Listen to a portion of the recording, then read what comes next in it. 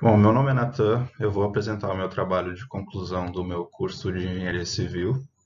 O trabalho foi um estudo de caso com o tema Fissuras em paredes de vedação e alvenaria de blocos cerâmicos, orientado pela professora Cristiane Sardim Padilha de Oliveira.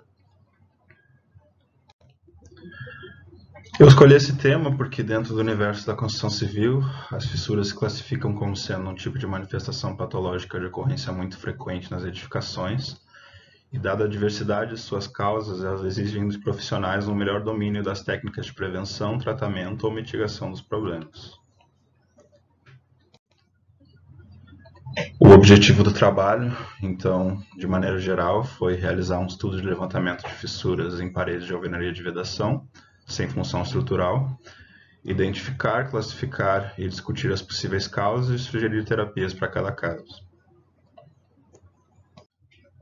Bom, indo então para os objetivos específicos do trabalho, foi realizar o levantamento da ocorrência de fissuras em uma edificação com 10 pavimentos, que se tratava de uma obra nova, recém-concluída, analisar os danos ocorridos, os tipos de manifestações patológicas, as possíveis causas, origens, os agentes, os sintomas das fissuras encontradas nas alvenaria de vedação.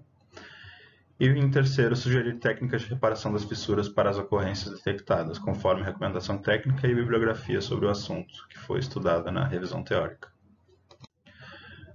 Falando um pouco sobre o sistema de alvenaria de vedação, nós temos os blocos cerâmicos e de concreto. Nesse trabalho eu foquei um pouco mais nos blocos cerâmicos, que foram os encontrados na edificação estudada. Temos o revestimento argamassado, que é uma camada de regularização de acabamento, que serve para proteger os elementos de vedação, fornecer estanqueidade, isolamento térmico e acústico, entre outras funções. É uma camada de argamassa. Temos as juntas argamassadas, que servem como um elemento de ligação entre as unidades construtivas. As vergas, contravergas e cintas, que são elementos que surgem em paredes com vãos de abertura, onde há grande concentração de cargas, e esses elementos servem para otimizar a distribuição das cargas e reduzir as tensões envolvidas na parede. Quanto à fixação da alvenaria, trata de elementos que servem para fazer a ligação entre o elemento de vedação e o elemento estrutural. Na parte de ligação com as vigas, nós temos o encunhamento, que no caso do prédio estudado foi feito com argamassa ensacada, uma argamassa expansiva própria para esse tipo de serviço. E na ligação com os pilares, nós temos a fixação feita com chapisco e telas galvanizadas de ancoragem. Bom, chegando na etapa do estudo das fissuras, a gente passa por várias etapas, desde a classificação até a sugestão das terapias de prevenção e recuperação das mesmas. Começando pela parte da classificação, foi considerada a mais importante a classificação quanto à abertura, que está sugerida na NBR 9575. A classificação das fissuras a partir de 0,05 mm como fissuras e abaixo disso como microfissuras. Por ordem crescente, elas são classificadas então como microfissuras, fissuras, trincas, rachaduras e fendas. Sobre a tipificação das causas de origem, elas podem surgir a partir de vários fatores que estão mais detalhados na análise de resultados encontrados na edificação estudada. Sobre a tecnologia de monitoramento, foi utilizado um fissurômetro no estilo régua. Existem outros tipos de equipamentos de medição, eletrônicos e mais modernos, mas esses não foram utilizados no trabalho. Sobre a verificação e inspeção, foi feita uma inspeção visual e registro fotográfico dos eventos encontrados. E sobre as terapias de prevenção também estão apresentadas na parte da análise de resultados. Sobre a metodologia, então, o trabalho foi um estudo de caso, foi feita uma pesquisa qualitativa usado um modelo exploratório e descritivo das patologias encontradas. Sobre as fontes bibliográficas, foram utilizados arquivos, normas da ABNT e referências de entidades do ramo da engenharia civil. Sobre as ferramentas utilizadas foi feita a observação, visita in loco, uso de um fissurômetro manual, registro fotográfico das fissuras e foram apresentados relatórios em planilha de Excel. A análise de dados foi feita com base na minha interpretação, utilizando a revisão bibliográfica previamente estudada.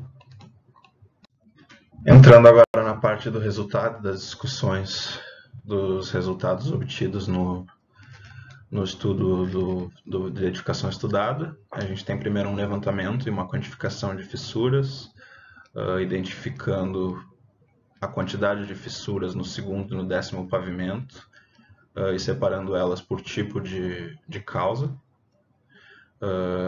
Para fissuras por concentração de tensões em vãos, aberturas e esquadrias, nós temos 12 fissuras no segundo pavimento e 12 fissuras no 10º pavimento.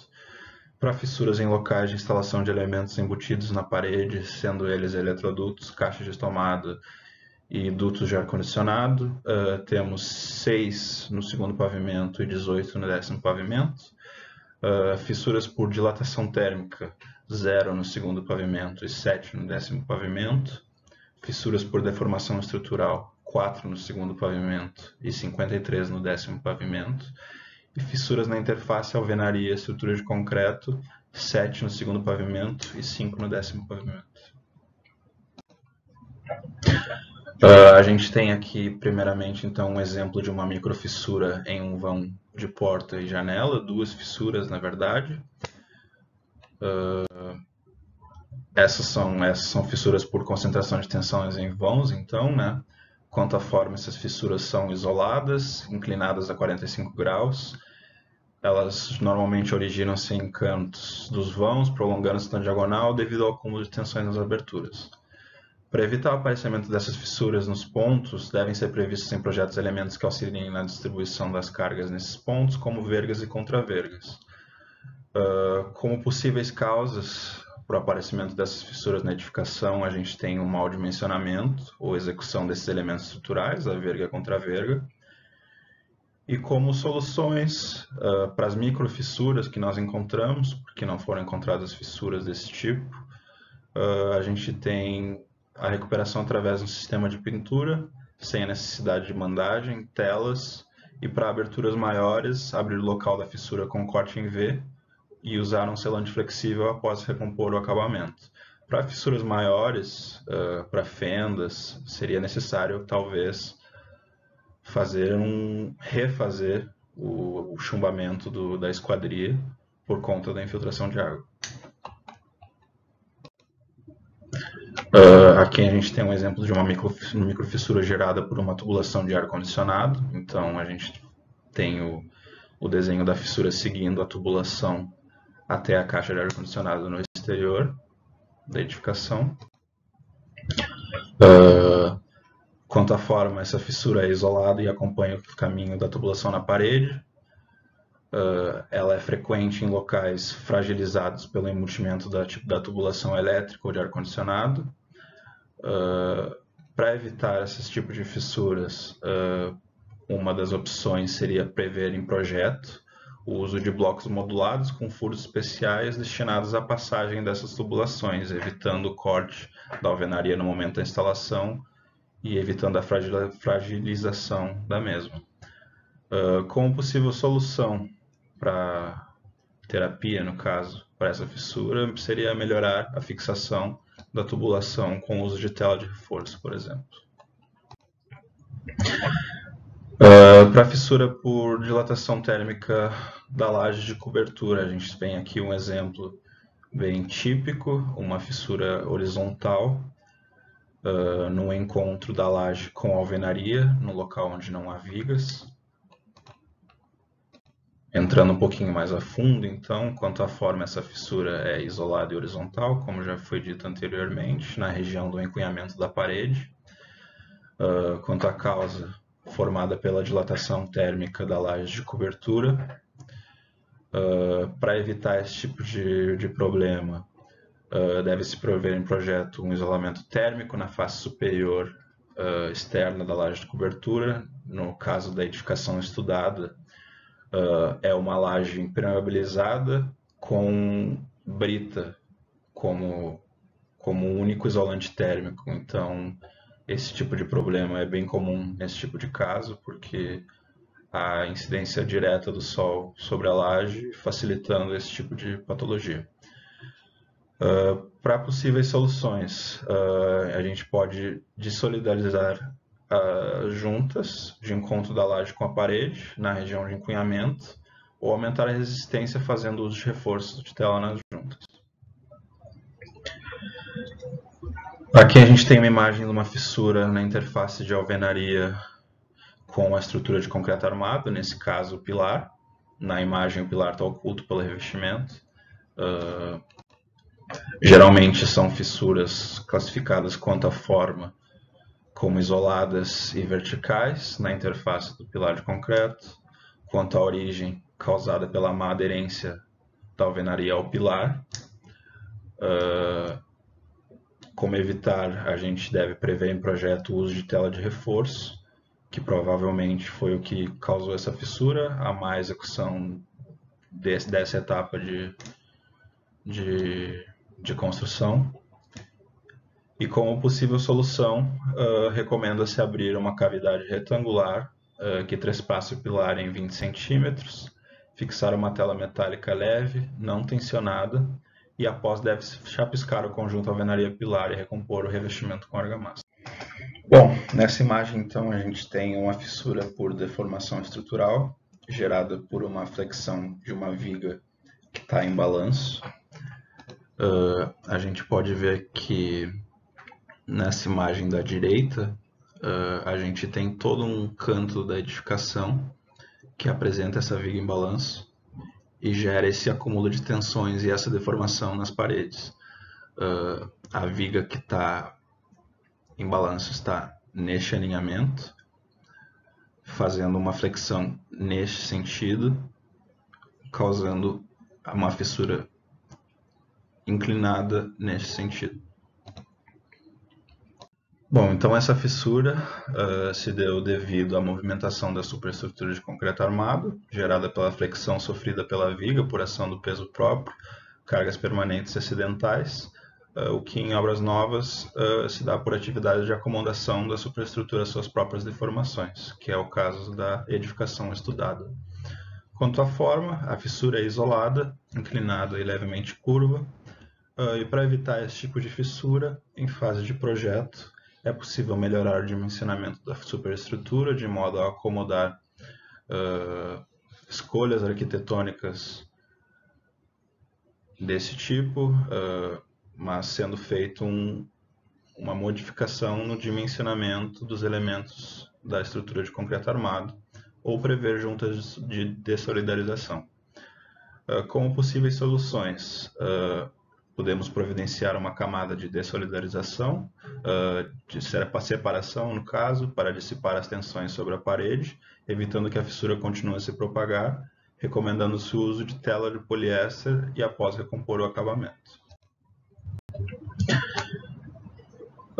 Nesse slide temos uma fissura por deformação estrutural também, nesse caso gerada por flexão da laje.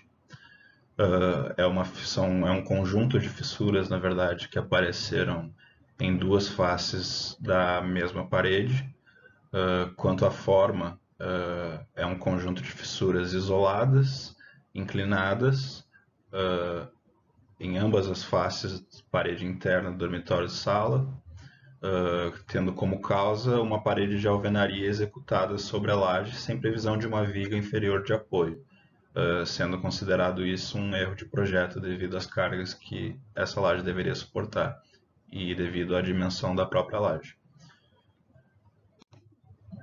A gente tem aqui, então, uma apresentação do projeto de formas estrutural, apresentando a parede e identificando que realmente essa parede está num local sem uma viga inferior à mesma.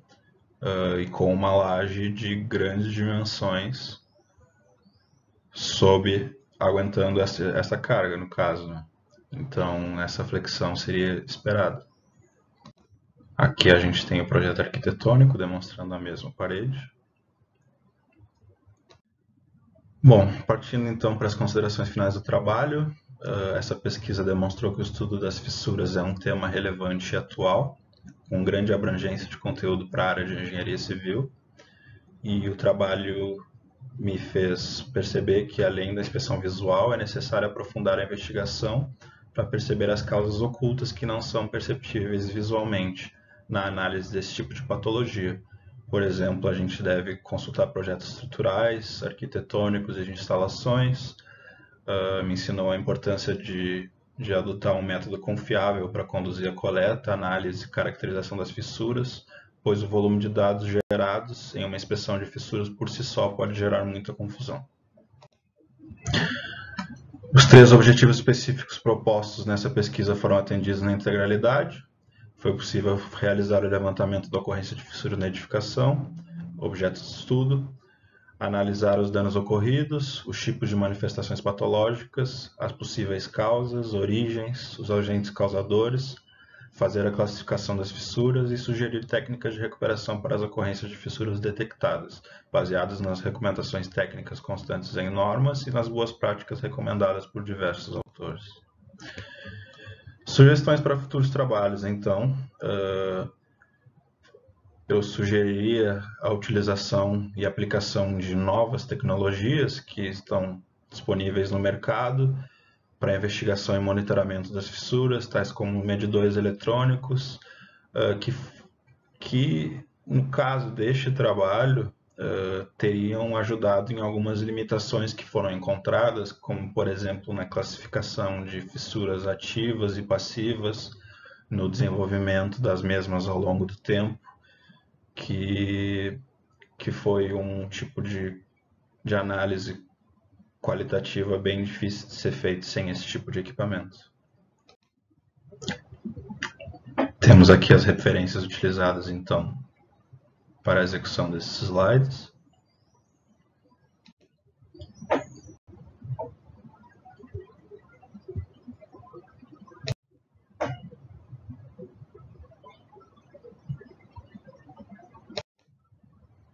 Então, muito obrigado. Gostaria de agradecer à banca pela atenção e pela presença, e à minha orientadora por tudo e por me ajudar a concluir o trabalho. Aí.